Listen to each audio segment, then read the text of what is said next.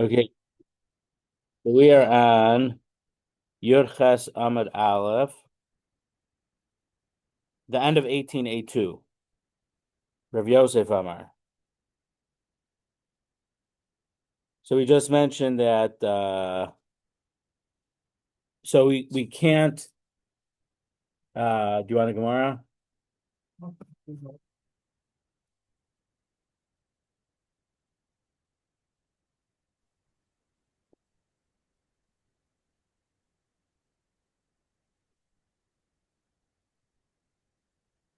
So we mentioned that you can't put something in the mikvah on Shabbos with fixing something, and our Mishnah said you can't put it in on Yom Tov. So basically, the Gemara mentioned that there's a whole bunch of gzeros that we don't need to do it on Shabbos, lest you forget and get told something on Shabbos. The last case we mentioned, if a woman was Anita and she doesn't have any clothes that are tahor, she could go into the mikvah with her clothes on Shabbos, and we say, oh, I mean, not on Shabbos, on Yom Tov, and we say, well, maybe we shouldn't let her because she'll forget and do it on Shabbos. We said uh, because we only allowed her to do this because there's no other chance, she'll remember that normally she wouldn't be able to go to the mikveh this way. Um, so we could say sometimes something that's an unusual case. See, sometimes the Gemara said, and we've seen it. Sometimes the Gemara says for something that's very uncommon, they didn't make a gzera. Here they didn't say that. They didn't say we're not making a gzera in this case because it's so unusual. Theoretically, it should be a gzera, but because in the opposite direction, because it's uh, normally she wouldn't be allowed to um, make her clothes, put her clothes in the mikvah. So the only way to make her clothes tahor, and this she won't forget. So it almost sounds like we don't need to make a gzera. It's true, it's unusual, but we don't need to make a gzera because you're never going to mistake this case for one of the actually prohibited cases. That's what it sounds like the Gemara is saying. Okay, Rav Yosef Amar. Rav Yosef gives a different reason for our Mishnah why we can't uh, put tame stuff in the mikvah on Yantiv. Gzera mishum schita.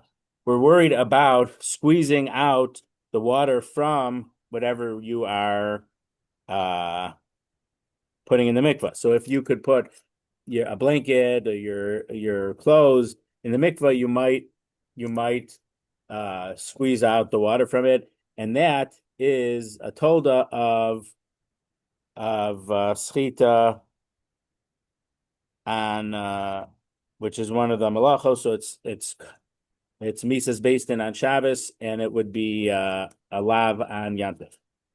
Amarle Abaye tinach kelim divnei schita ninhu kelim dlavnei schita ninu ma'iligal meimar. So that's would be true for anything that you're able to squeeze out, but some things you're not. So so those items should be permitted to be put in the mikvah on Shabbos, and then I mean on Yantiv, not on Shabbos, on Yantiv.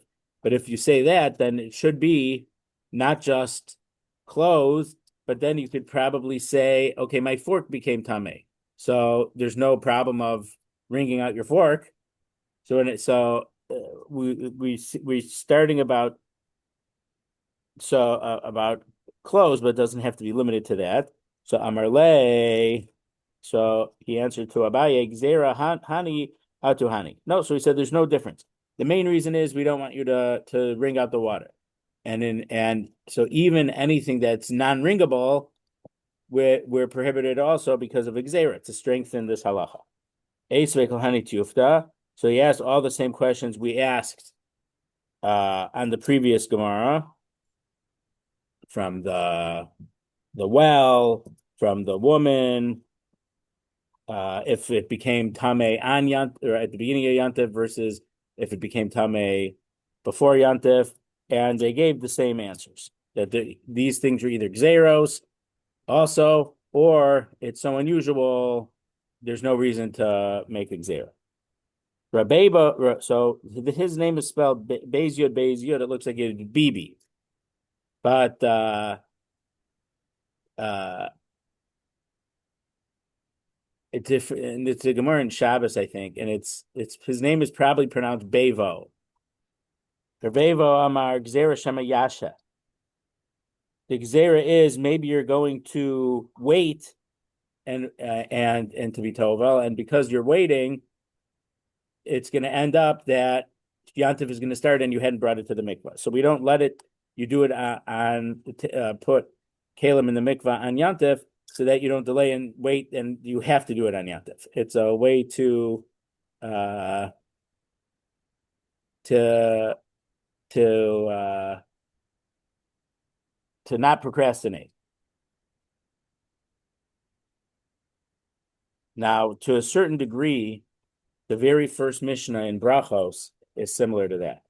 That can you say the first opinion is you could say Kriya Shema of the nighttime till a third of the night. Yeah. Can you get it yourself? Okay. Or I'll be right back. Sorry. So just like okay. So just like we're worried that if we let you say Kriya Shema till dawn, you'll forget. So therefore we made a deadline of chatzos of midnight, so you wouldn't forget. That's a similar idea. And I think, and I don't think it's in Beitza, I think it's in White Cotton. Also, one of the reasons that you can't get a haircut on Chol Hamoed is to make sure that you get your haircut before Yantif. Tani Kavasi Rabbi, there's a brisa like Rabbi, Kali Shanit Mama Erev Yom Tov in Mitbilo Sobi Yom Tov Gzer Shem Yisha. If a kli became tamei before Yantif, on Erev Yantif, you're not allowed to put it in the mikvah on Yantif. It's a gzera. Maybe you will wait and wait till Yantif. So this shows that you have to we make you do tevila before Yantif so you don't wait and then ending up at the beginning of Yantif, you're busy putting everything in the mikvah.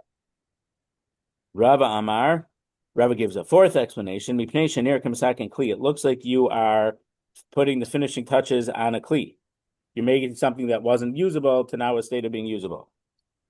If so, a person who is tamei shouldn't be able to go to the mikvah on Yantif either, because we're making him who is tamei now he is not tamei, so he could eat a korban, whatever. So where it says adam nira kameka, to a person it could look like he's cooling himself off. We can't tell that because he's dipping in there that it's for mikvah. Hatinach ma'im yafim. So that's okay if the waters are clean waters. But if they're not clean waters, you could have a spring or a mikvah that's not so clean, and people wouldn't go in a dirty mikvah like that.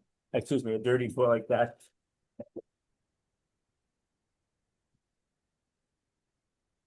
Oh.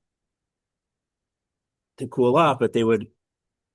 So therefore, it's apparent that he's going in there because it's a kosher mikvah. So I'm Rav Nachman Bar Yitzchak. Pa'amim Sharam Baz. Return to Yitchas Amid Beis. B'Sharav. Sometimes person comes in a heat wave. Baruch Etzafil B'Mei Mishra, and they'll go and wash and rinse off even in water that they're soaking flax in. And I've read that that gets very stinky and disgusting and maybe even slimy. But when it's hot, when it's very hot outside, people do dip in even this yucky water to cool off. So that makes sense in the summer when it's hot. But in the rainy season, what are you going to say? Now, I'm missing something here because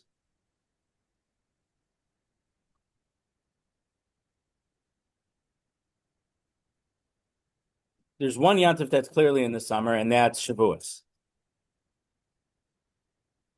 And it's not even in Pesach and Sukkot are not in the summer. They're not exactly in the wintertime, but they're as the seasons are changing. So it's not usually, I mean, it could get hot at one of the times, it's not so much. So, but most of the Yom Tovim are not in the summer. There's only one in Eretz Yisrael, there's only one Yantif day in the summer. Shavuot. Rosh Hashanah isn't, Pesach isn't, Sukkot isn't. So it seems that we're talking about at the Gemara in this Rava's answer here, as explained by Rav Nachman Bar Yitzchak, it has to do with when there's a big heat wave, people will dip. Well, what are the no, that's yours. What's the probability that a Yantif day is in the summer? Of all the Yamim Tovim in the year, there's 2 days of Pesach, 2 days of Sukkot, 1 or 2 days of Rosh Hashanah, and 1 day of Machlokas. Remember we mentioned Machlokas in the is what?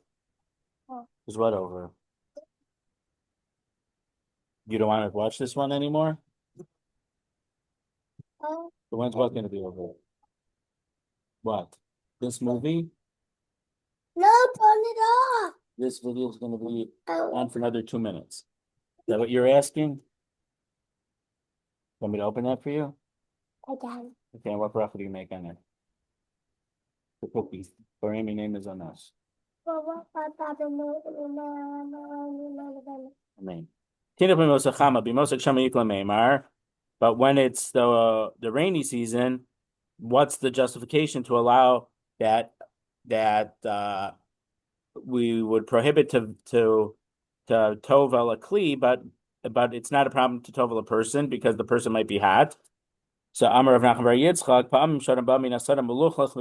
so this one makes a little bit more sense. Sometimes you come from the field and you're filthy with pitch or with dung, and you're all dirty. And you're gonna wash off even in the winter, even in the rainy season. So that's not as crazy. That would work for Pesach and Sukkot also.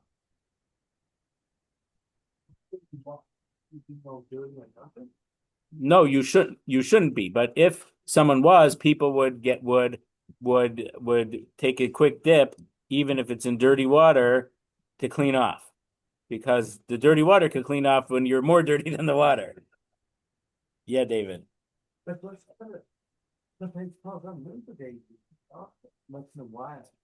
Right. So it's 2 weeks. It's 2 weeks earlier than Sukkot.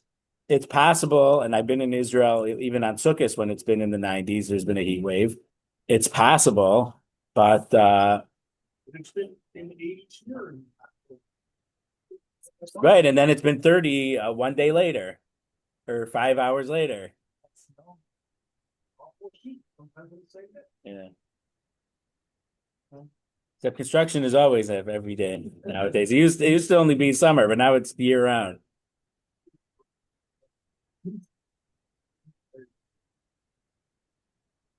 Tenach b'Shabbos.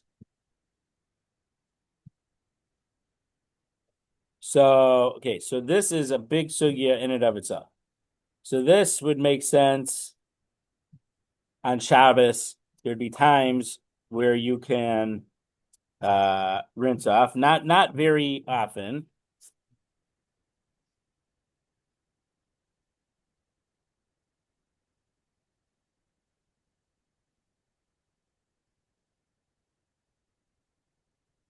So there's several gzeros that we can't take showers on Shabbos. There's at least the way I understand the Gemara, there seems to be at least 2 different gzeros about taking showers on Shabbos. So it could be, so the Gemara might be talking about before those gzeros, that it'd be comprehensible for a couple times that you might be able to rinse on Shabbos. But nowadays, because of these different gzeros, there's no way we could rinse on Shabbos. So just FYI, from this line of the Gemara makes it sound like you can. So theoretically, Medina de Gemara, there are, or I shouldn't say that. Medina de maybe of the Mishnah, there may have been times where you could have, but the Gemara already mentioned several gzeros, and we're not allowed to. There's no way to take a shower on Shabbos.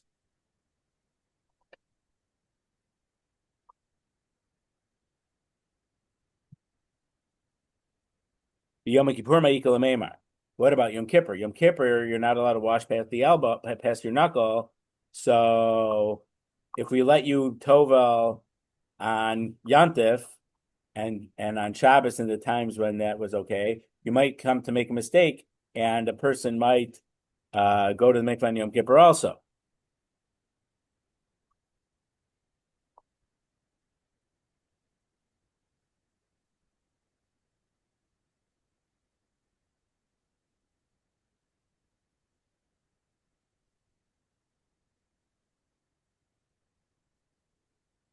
So the question is, we've been learning, is that does the halacha l'moshe misinai that the Kohen Gadol has to go to the mikvah 5 times on Yom Kippur tell us that the Isser Ritzicha, the Inoi, the affliction of not washing yourself for the Kohen Gadol doesn't apply to the Kohen Gadol on Yom Kippur.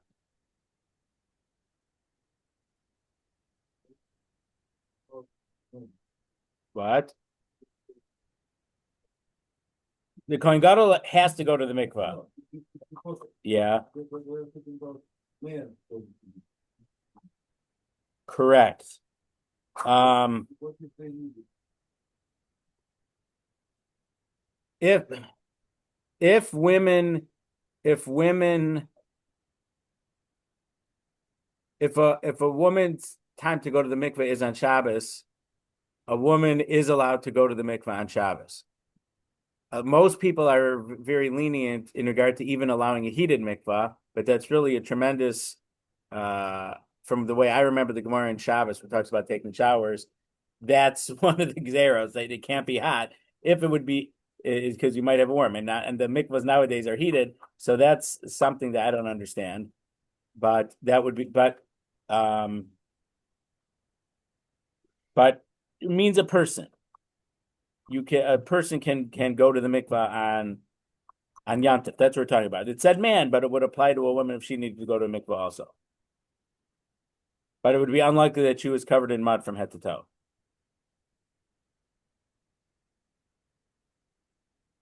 So you can permit So we're asking that if you're dirty on Yom Kippur and past your elbow, if it's all dirty, you are allowed to wash off. But it seems that it's very unlikely that you would be dirty head to toe. I mean, so the Gemara didn't have to say, well, even on Yom Kippur, if you're dirty from head to toe, you can wash your whole body. That's unlikely. So because some Rishonim say you could wash it, but you would never be able to wash your whole body at once. That's one possibility. You might, or maybe that was after Xera. Fancy. Yeah. In the paragraph above it, there's a question mark in the Eretz scroll when it's talking about immersion on Shabbos. Yeah. Is the question mark there because it's not understandable? No, so the question mark with the hyphens around it, Yeah. that's just showing that that's the question of the Gemara against an opinion that we just said. Okay. You see it, there's a couple paragraphs above there's also. So Tenach Yeah. So okay, so we could understand how on Shabbos you'd be allowed to go to the mikveh to dip in the pool if you're dirty from head to toe.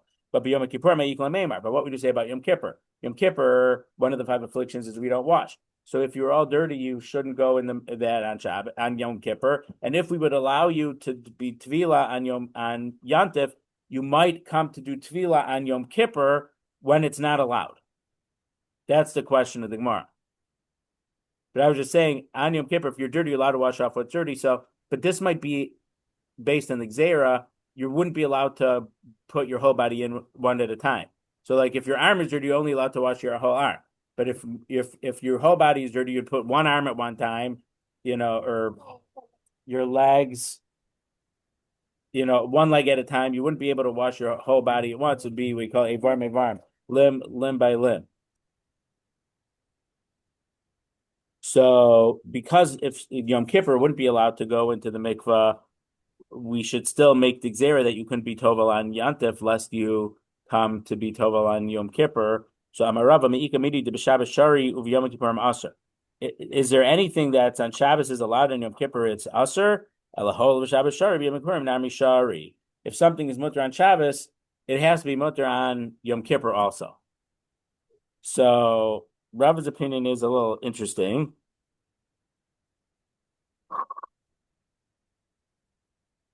So Rashi says,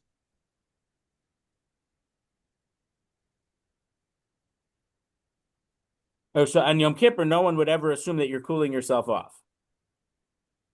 If you're uncomfortable on Yom Kippur, that's not a bad thing because there's Inoi. Not that you have to do more than what the 5 Inuyim are, but since Shabbos is the most strict day in regard to the prohibitions of Malacha, we can't say that Yom Kippur, where there's no misas based in, there's only kares if you do Malacha on Yom Kippur, so it can't be stricter than Shabbos. Umisa the Rabba Hoel. So this idea we saw Hoel earlier in the Masechta. Since you're allowed to do it for this, you're allowed to do it for that also. So the Gemara now says, but does Rava hold of the idea of Hoel? We have a proof where we're going to say that Rava rejects Hoel. Since it's mutter in this situation, we say it's mutter in another situation also. But Tanan, we learned in a Mishnah in Shabbos, Daf Kuf Yud Aleph, Hachoshesh B'Shin of if you have a toothache, Lo Yigama B'Hem as a chometz. You're not allowed to soak with vinegar your mouth on Shabbos because it's like a refuah of a metabahu kedarko. You can dip, let's say, vegetables or whatever food you would put in vinegar, like you would normally do v'im nisrape nisrape. And if it helps your toothache go away, it's okay. So having vinegar was the cure in those days for the toothache. So you weren't allowed to have to consume vinegar in the way that it looked like the regular way of the medical treatment. But if they dipped vegetables, so according to the Rambam, actually, his karpas wasn't dipped in salt water, it was dipped in vinegar. But if you dip food in vinegar the way you normally dip, you're allowed to do that, even though we know that you maybe would not usually have this food today, but you're doing it because your teeth are hurting and you want to have the vinegar. So you are allowed to consume the vinegar in that normal way. Raminan Allah, and we asked against that Mishnah that Raminan is almost like a contradiction. We asked if there's a contradiction. You can't have it in your mouth and then spit it out. A different one said you're allowed to drink the vinegar if you want to swallow it. It's not the most tasty thing, but in the case of your teeth, you are allowed to do that. V'amar Abaye. So how come one Gemara says you're not allowed to put it in your mouth normally, and another and one Mishnah, and another Mishnah says you are allowed to if you swallow it? It's a contradiction. V'amar Abaye, and Abaye said to answer the contradiction, Ki tanan nami masnisin. Migameo b'pole tanan. When the first Mishnah says, do you need my help?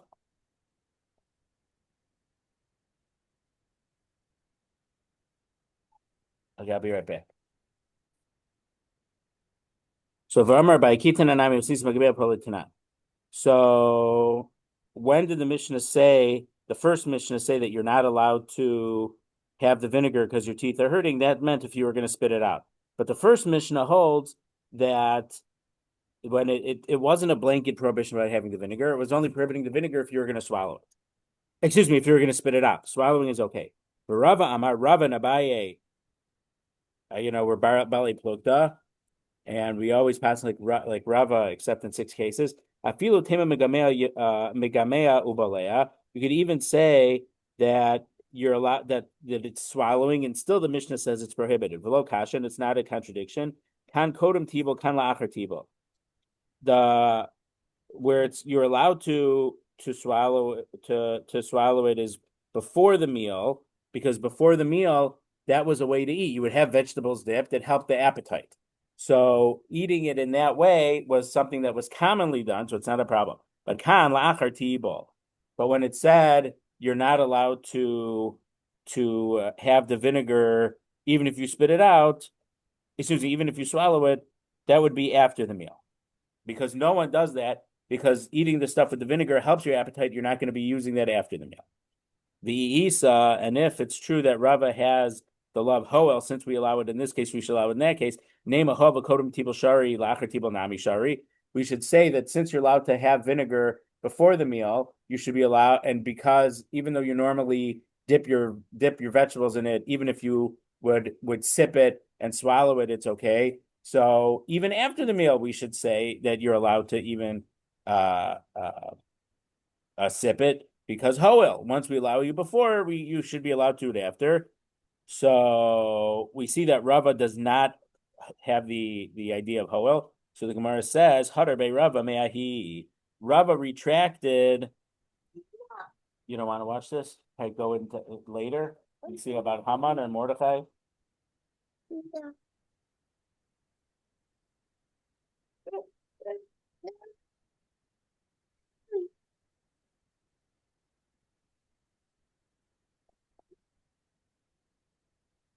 You want to see Mordechai? You want to see Mordechai on the horse? I need to hang on here for 15 more minutes, okay? Okay, so what do you want?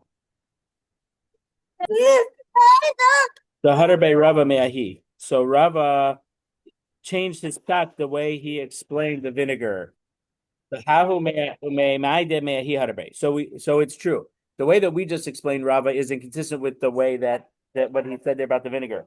How do we know that he changed his psak about the vinegar? Maybe he would change this psak. Dilma meha Hadar be. Maybe he changed his psak here from our case about the going to the mikvah. So the Gemara says, "Lo sakadaita." We never thought that was possible that he would retract that opinion to Tani because we went to the Brisa. Anyone who needs to go tevila is allowed to go tevila in the regular way. Bein b'Tisha B'av, bein b'Yom Kippurim, whether on Yom Kippur, whether on Tisha B'av.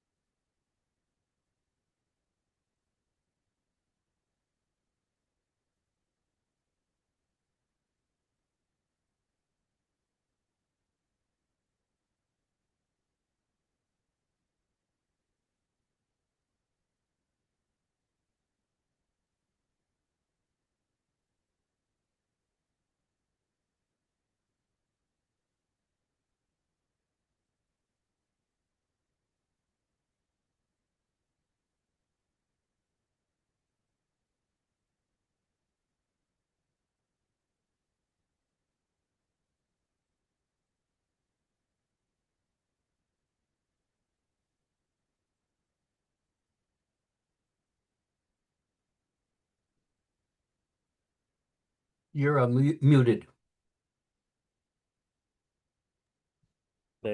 So we couldn't say that the Hoel was to say that we don't allow him to tovel in the mikvah on Yom Kippur because there's a brisa that people who are tamei are allowed to be tovel on Shabbat on Yom Kippur and Tisha B'av, even though you're not allowed to rinse yourself, even to wash in general. But if you're tamei, you are allowed to.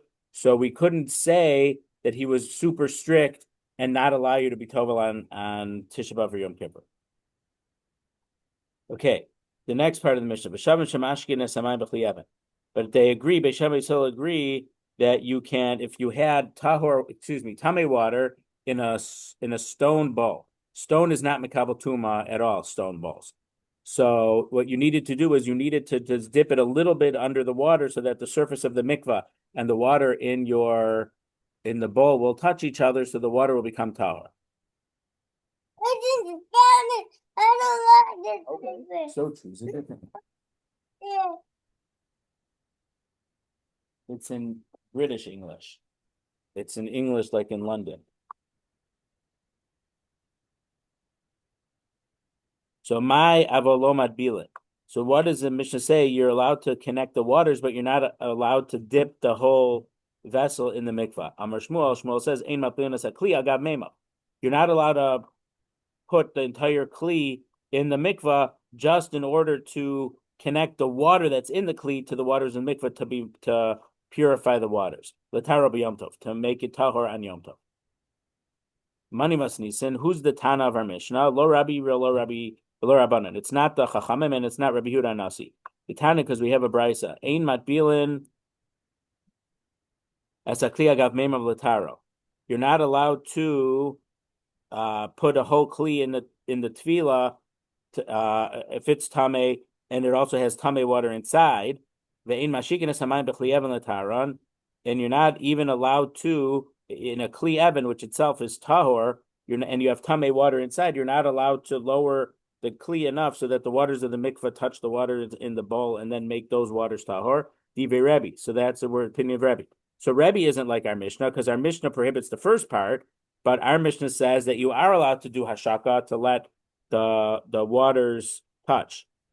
Now, literally, the word mashikin is you make it kiss, but it means that they're touching each other. The Chachamim's opinion is they allow both cases. We allow you to put a whole tame kli in the mikvah because it had tame water inside that you needed to purify those. And if you have a tohar kli that cannot become tame, this is the same part of our Mishnah. You're allowed to put that in the mikvah so that the waters connect, so that the waters become tame. So money. So who is our Mishnah like according to the way that Shmuel explains it? Rabbi kashashaka. If it follows Rabbi, the psak of Rabbi of hashaka is it conflicts with our Mishnah because Rabbi says you're not even allowed to do hashaka, let the waters touch, and our Mishnah says you are. Rabbanan kashat bala. And if it's like the Chachamim, Shmuel is saying that our Mishnah prohibits you to be tovel an entire tame vessel, bowl, whatever, even if the water inside is tame also, and you want to make that tahor. So the Gemara says, "I by same Rabbi, I by same Rabbanan." We could explain it that it could follow Rabbi or the Rabbanan. I by same Rabbi, if you want to say that our Mishnah follows Rabbi Reisha, the Brisa of Yom Tov. The first part of the Brisa of Rabbi's opinion was on Yom Tov. The Seifa b'Shabbos, and the Seifa that you're not even allowed to put the stone vessel in the mikveh for the water to touch, that's only talking about Shabbos. But on Yantav, he would agree that you're allowed to, which is what our Mishnah says. The Kula Masnis, something.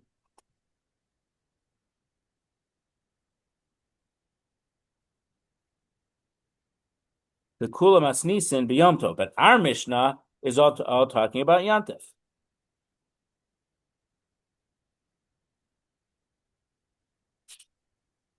As we turn to Yud Tes Amud Aleph, v'ibay seima Rabbanan, or you could say that our Mishnah could even follow Rabbanan. V'kulav asnisin b'Shabbos, and our Mishnah that's saying that you can let the waters touch to become tahor, but not the entire kli. That's talking about Shabbos. Okay, Tan Rabbanan, we learned in the Brisa. If a kli became tame in Erev Yantif, you could put it in the mikvah when it's bein hashmashos, in the short time that it's safek yom, safek laila, that it's before it's completely nighttime, even in this middle period where it's safek, it's a doubt. Rabbi Shimon Shazuri says, "Apachol ein l'pinoso, mipnei shetzarach erev shemesh." Even all year round, on any day, you're never allowed to put something in the mikvah between in bein hashmashos because you always need the tahara process. It needs to go to the mikvah, and then once the sun sets, after that, then it's tahor. But if it went bein hashmashos, there is a bit of a suffix. What is this night, or is it not, or is it day? And it's not going to be till possibly the second Erev Shemesh. That's not what the halacha is. So therefore, you're never allowed to tovel to be tovel any vessel, and probably even a person, during bein hashmashos. Mipnei shetzarach erev shemesh. The Tanakama labayar of shemesh. Those is the Tanakama not worried about that you need shkia, you need the sun to go down after tevila, that he allows you to be tovel at erev yantif bein hashmashos. Rabbi Shimon Shazuri is right. We need harav shemesh. So why does the Tanakama allow it? So Amarava, Rava said, ashkechtinhu, Rabbanat ve'Rav Yasef Ka'amri. I saw the students from the yeshiva, and they were sitting, which means they were engaged in learning the sugya. And they said, "B'machshavto nikeres mitov mazav kamiflagi." The machlokes of this mishnah between the Tanakhama of Shimon Shazuri is when we understand what he wants to do based on his actions. The hechidami, and what does it mean that we could tell what his intention is based on his actions? He's going to knock it mana biyade. He's holding something, some kli in his hands. And he's running during ben hashmashos to put in the mikvah. Mar savar haidik haraid va'azal made it yada debayar shemesh. The Tanakama says the reason he's running, holding it, is because he knows that it needs to, and it's not going to be tahor until the sun goes down. So he wants to get it quickly. So it goes to the mikvah before sunset. So then sunset will be, and very soon this will be tahor to use. Umar Sabar Bar Shimon Shazuri holds machmas malaftahu tukar.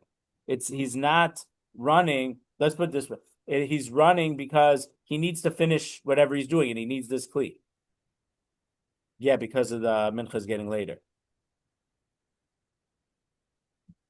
Savar machmas malachtahu karahai. V'aminalahu ana, and Rabbi says that I said to them, aminalahu, I said to them, ana, I did. I said, b'machshavdu nikeres mitoch masav t'kuliyam alo pligi.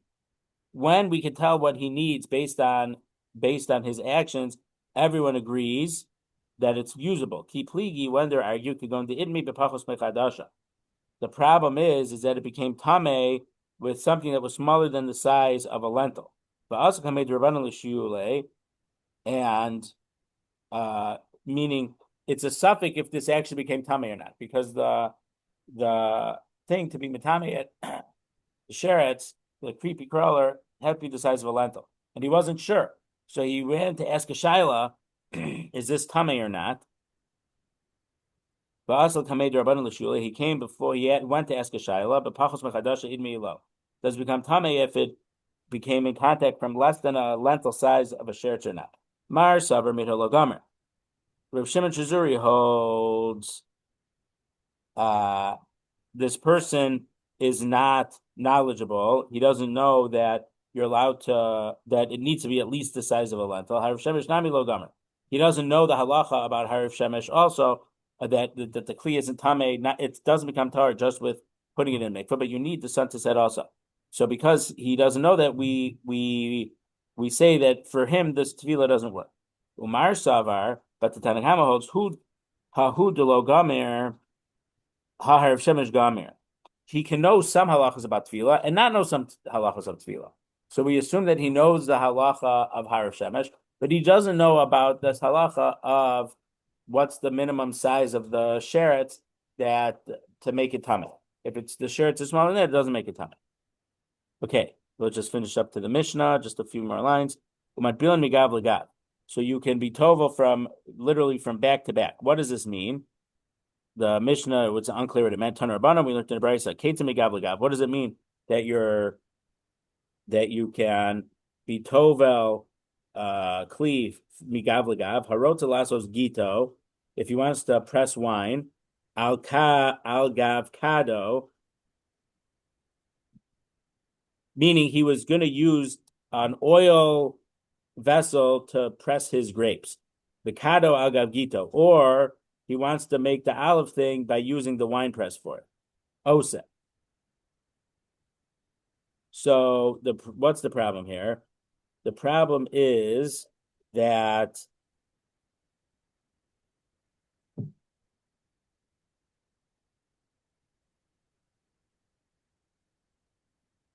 so he was when he let's say his olive press was tameh. So he put in the mikvah to make that he was going to use it for its normal purpose, for its olive press. But he decided, no, I need to make wine with this, even though this isn't normal usage. So it's tahor for it, but there is a stringency that people are able to be put in the mikvah one more time and say, because I'm going to make wine with this. So matbil migav lagav, you're allowed to do that on Shabbat, on Yantif. So the reason that it's mutter is because since the kli is really mutter and this tevila is not really necessary, so we don't forbid you from doing it because it's not really changing anything anyway.